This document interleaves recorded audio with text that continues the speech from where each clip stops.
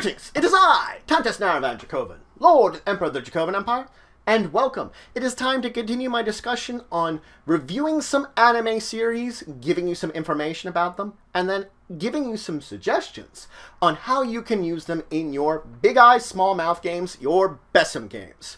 Remember, these are only suggestions, and I'm only talking about using BESM, but you can really use any role-playing game system you feel like adapting them to. But let's start today because I have two more from going back in time. 2014, we've been talking about some series that started then. I have one more suggestion for you and an inspiration from a suggestion from you.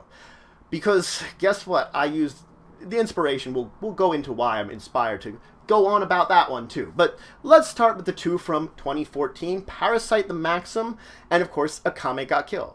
Let's start with Parasyte. This focuses on an average high school student, Shinichi, who is with just an ordinary family. What happens is these strange creatures called parasites, aliens, something else, they appear, and each one of them finds a host, burrows into their heads, devours their brains, and basically takes them over, becomes these humans. One of them goes for Shinichi, but he's wearing headphones, because they go in through the ear, an easy access to the brain, so it ends up entering into one of his arms. This creature, which begins to communicate with him, eventually, is known as Migi. The two of them then are forced into this situation because it's an abnormal parasite that took over the wrong part of the body. Other parasites would kill off Migi and Shinichi. They're a threat. They know something. So now they're in a battle survival against other parasites, while dealing with the fact that Shinichi doesn't like the fact that parasites devour people. So he's always trying to intervene and stop things. And Migi doesn't really have the same emotions as humans, so it doesn't have really the same connections. It's more about protecting itself, rather than protecting other people. But the two of them bond over the course of this battle against other parasites, other threats. Now the genres for this one are, of course, horror. These are parasitic monsters which eat brains and take them over. It's also a psychological thriller. You never know who's really the enemy, who's really a parasite. They can appear as people, change their heads into like horrible mutant things to devour people and to become weapons at will. But normally they're just a head, a normal person. It's also very sci-fi feeling. It has a feeling of a sci-fi thriller, definitely to it. Now I rate this one a 4. I did enjoy it quite a lot, though it does have very dark connotations, which I usually shy away from a lot of animes, because I'm not a big a fan of darkness when it comes to my entertainment. Now, if you're using this in a BESM game, I would recommend 300 points. What you're going to do is you're going to make your characters bonded to a parasite. Basically, each of them is going to be a parasite host, but one that was a failed host. For whatever reason, they infected a different body part from the normal one. Now they're uniting together to not only form a band to protect themselves from other parasites that would, of course, try to eliminate them to remain safe, but also to possibly maybe get rid of the other parasites. The point will be for them to try to maintain a semblance of normalcy in amongst this world where these other parasites are going to threaten and go against them, and where parasites are basically devouring people, killing them, horribly doing things to them. So there's death going on, which they might want to get involved with, or your players might just want to keep themselves safe against these threats which are looming against them, both from the forces of the government or the world who probably don't accept them, and from the parasites which want to eliminate them because they are, in a way, a liability. They still have human minds and parasite minds working together, more symbiotically to a degree. Now let's move on and talk about Akame got killed. We focus on Tatsumi, a young boy who leaves his village to become a warrior in the capital and earn money for this poverty-struck village with a number of his friends. They're attacked by bandits and separated. Eventually, he meets with this noble family that's willing to help him out. They get assassinated. He learns from Akame, this assassin, that they were going to torture and kill him. They'd already tortured and killed his friends, the ones that he left for the capital with. So he vows to bring justice there, and joins with Night Raid, this group of assassins working for the Revolutionary Army, whose goal is to overthrow the Prime Minister who's gotten control of this young boy emperor, and is basically using the empire for his own greed, lining his pockets, while poverty and problems exist across the empire itself, collapsing and falling apart. So now Takumi has to join with this group of assassins to basically help the overthrow, help the revolution, to kill those that have done wrong to the empire. Each of these assassins, though, is armed with a tegu weapon, a special kind of weapon made nearly 1,000 years ago out of danger beasts, powerful legendary monsters. The components were harvested to create these very powerful, deadly weapons. That is to say, if two tegu users meet, one will die. Now, the genres of this one are, of course, action. They get in huge battle scenes between the forces of the Empire and Night Raid, trying to defeat them, going after their missions to accomplish them, oftentimes fighting other tegu users to the death. It's also a dark fantasy. There's these special powers, but there's always this looming threat of death and destruction that's all around them, that members of Night Raid end up dying before the end of the series, that you can feel the weight of the adventure that they're on.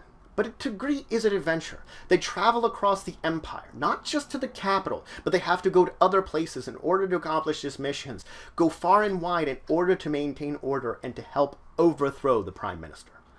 I rate this one a 5. I really like this one. It balanced the darkness of the series well enough for me to really love it. And as I said, I'm not usually a big fan of darkness in a series, but this one did it right, I think. Balanced it in such a way that it doesn't feel like any character's death are unnecessary. It feels like they are well earned to the story. Now, if you're using this as a BESM game, I'd recommend 500 points. You're going to make your characters members of Night Raid, each with their own tegu weapon. They are going to, of course, be working to overthrow the forces of the government as part of the Revolutionary Army. It is up to your GM to design these forces, whether based on the Prime Minister or something else entirely that they're choosing to make up. Completely up to your GM how they're going to put together this threat of the Empire and the battles that their version of Night Raid will go against. All the meantime trying to strengthen their own abilities and the bonds between each other and whatever NPCs you're going to fill into this Night Raid group. Because this might only be a cell of assassins. It could be an entire group of assassins. It's your choice how to figure out how to divide them up and how to use your group and what storyline you're truly trying to tell in this attempts to bring justice to the Empire. Now let's move on and talk about the suggestion you had given me. Ultimate Muscle or Kinkuman. This is technically 2 series, which I'm going to kind of go over together. The original focuses on Kinkuman, basically this young man with a clumsy superhero who turns out to be the prince of this alien planet. He basically has to prove himself worthy in order to take the throne, and goes about it by battling against this evil organization through a number of wrestling tournaments. Yes, it's wrestling, and yep, that's the best way of saying it. Eventually defeating the enemies and becoming king. There's also another series focusing on the son of Kinkuman, who him himself, basically after years of peace, there are old enemies, new threats looming, and he has to prove himself a hero just like his father was in order to put himself in a position of not only being right for the people, but being right for the throne. It's a similar kind of story, but told in a new generation. All of these characters, both the heroes and villains, are collectively known as Chojin. So, the genres for this one are comedy.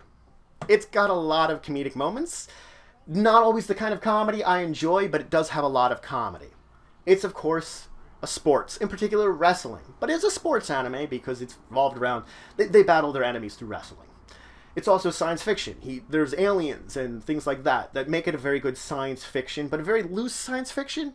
Now, I did only rate this one a 2. It's pretty low on my list. I don't mind it, but the humor can be a little too crude for my taste sometimes. Well, often. And that can kind of detract me from enjoying it a lot. Now, if you're using this BESM game, I recommend 400 points. You're going to make a group, your character's a group of Chojin, who are working together for some kind of greater good to become heroes, to overthrow some kind of evil organization. through wrestling tournaments and competitions, while training themselves, bonding with each other, maybe having some NPCs in the mix, overcoming the various threats, and earning their spot as great heroes among the people. It's a fairly simple concept that you as a DM, it's up to you how you want to develop this as much as possible. You could just keep it as simple as this and just have wrestling tournaments and competitions to basically overcome some kind of evil organization and prove their worth. The last one I want to talk about is another spin-off of Evangelion, because when one person suggested I do one of the spin-offs, maybe you want to do the original, and I had actually read some of the spin-offs before, and I read this one, the Angelic Days manga. Now this is the English title, Angelic Days. It's also known as Kotetsu no Girlfriend Second in Japanese. This has a very similar feel to the last one, but a different sort of tone overall. Basically, we are set in a similar world where Shinji and Azuka are childhood friends, and Rei is a transfer student, kind of clumsy, begins to interfere with their relationship, that we have this budding relationships between them. But in this one, we still have to deal with the threat of the angels over the course of the series. They tend to deal with them in a different way, with them piloting Eva, still battling against them, spreading out at one point across the world before returning together, overcoming this threat in a world that's closer to ours, dealing with the threat of these angels, and still dealing with the fact that there's the UN and NERV and their secret plans that are going on deep in the background over the course of all of this. But really, when we talk about the genres, we define what kind of series this is. It's a romance. There is definitely love in the air, and the relationships between all these characters is the important thing that we focus on very often. We focus on Rei, Shinji, and Azuka's sort of love triangle, the other characters and their relationships and who they like. It is also a comedy series. I didn't necessarily want to call it a romantic comedy because we don't always push those together, but there's a lot of funny comedic moments that occur over it to break some of the tension and keep with the romance. To a degree, then, it is also a sci-fi, because you still have giant robots and you're still fighting angels. It's just the fact is, this is such a minor thing in comparison to the overall series and the relationship between the characters, that you can go for nearly a volume without anything very sci-fi related. But if you go through the entire series, you will find it. It's there. It's not there in a huge amount, and it basically, you can go through it pretty simply and very quickly. It is an important thing to know about, though, because it is a backdrop as part of it, and it does link it better to the original series. Now, I rate this one a 4. I liked it because it was an interesting take on things, as each of these is. It's like taking the same character, changing some things around in their own backstories, and changing some dynamics about how they work, and creating different tones with it, which is why I find them so interesting. And one of the reasons I've talked about all these different series, because it's the altering and shifting of tones. Tones is a very important thing for many of these things. And just a slight shift in the way that you're presenting things and the tone of it can have a vastly different shift in the way that these series are presented. It doesn't take a lot in order for them to be unique. And basically, as I'm saying, the same characters in different situations can be vastly different. It's just why I really wanted to give them as an example. Now, if you're using a BESM game, recommend 400 points. What you're going to do is you're going to have your characters be, of course, the Eva pilots. Now, they don't have to necessarily be Shinji, Azuka, and Rei. As you can see, there are other folks that are trying to train for it, becoming members of it, things like that within the course of the series, using it. But really, they're the main characters, so they're going to be replacing them. And they're going to deal with their normal lives and relationships more than everything, and trying to balance that out with a little bit of monster fighting, giant robot piloting, dealing with secret organizations in the background that are going to be the disrupting factors of their Angelic Days. Hence the title. Basically, these factors that exist around them are going to prevent them from keeping to the simple love triangle, romantic comedy kind of series that it really, in essence, is to a degree. It's just we're throwing in some sci-fi elements to make it a little bit more interesting, and that's what you're going to do too. You're going to have your characters with their relationships, and then this monsters of the week kind of thing coming in and disrupting them, and them dealing with their own relationships and still trying to pilot these things and defeat the enemy. But that's it for today. I went over 4 more series, including 1 suggestion from you and 1 I got inspired from you before, and 2 from 2014. I'm running low on some suggestions. There are a few more that I'm going to use, but if you have any other suggestions that you think of, please just send them my way. I'm always willing for more suggestions, and as I said, I've gone through most of the ones you've given me already. I'm almost out of them. I have a few more things that I'm also inspired to talk about from previous suggestions you've had, so I will go through them. But, you know, when I run out, I will like to have a few more. Or I can put together some more inspirations of my own, which I am willing to do too. But regardless, each of these, with the suggestions, you can definitely use them in a BESM game that I've given you, which you can, again, figure out on your own if you want to adapt it any differently than I said. Just suggestions. But even to other role-playing game systems, you can easily adapt them. Well, not, I say necessarily easily. Easily adapt the plotting, the suggestions I made for In Existence. The rules will be the challenge and character creation, which will be up to you if you want to use any role-playing game system you prefer. But if you have any questions, comments, anything you would say, anything you think I left out, please leave in the comments below. Please like, share, and subscribe. It shows for the channel, the Empire, the work I do. If you want to show some extra support, you can always check out my Patreon, link description below. Regardless, until the next time, I bid you farewell.